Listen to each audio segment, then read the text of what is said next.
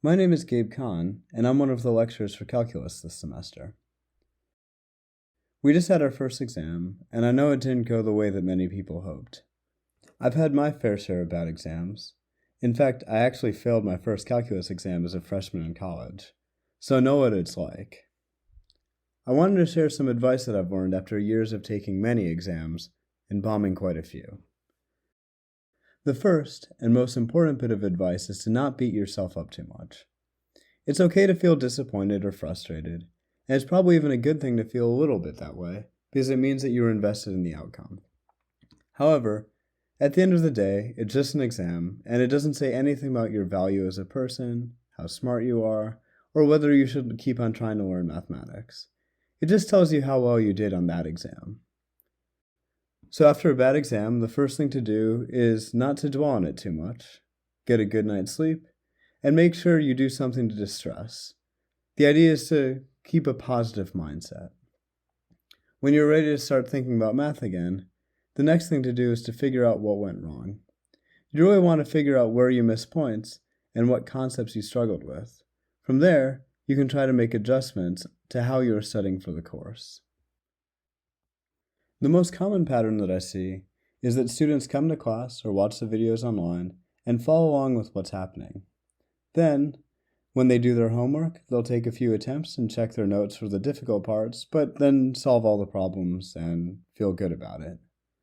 However, oftentimes these same students will struggle on the exam, even though they felt like they understood everything that was going on with the class.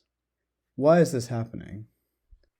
Well, we have some excellent professors who are really amazing at teaching calculus. Although this is a great way to learn, there is a danger here. Sometimes they'll find ways to explain ideas that make sense, even if you are a bit shaky on the material. Understanding a video or lecture of a math concept is a different skill from solving a problem on your own. This is especially true for videos, where you can't raise your hand to ask questions, and where it's possible to use multiple takes to find the best explanation. For instance, you may have noticed that I haven't been constantly saying or and I haven't made any algebra mistakes. If you've met me in person, you'll know I had to edit those out to make this video. On an exam, you won't have anyone to help you with the problems, so you want to make sure that you are able to solve problems on your own without notes or a calculator. In fact, sometimes just the pressure of a test and having to solve problems under time and grade pressure can be difficult. My advice is to practice solving problems in a format similar to that of an exam.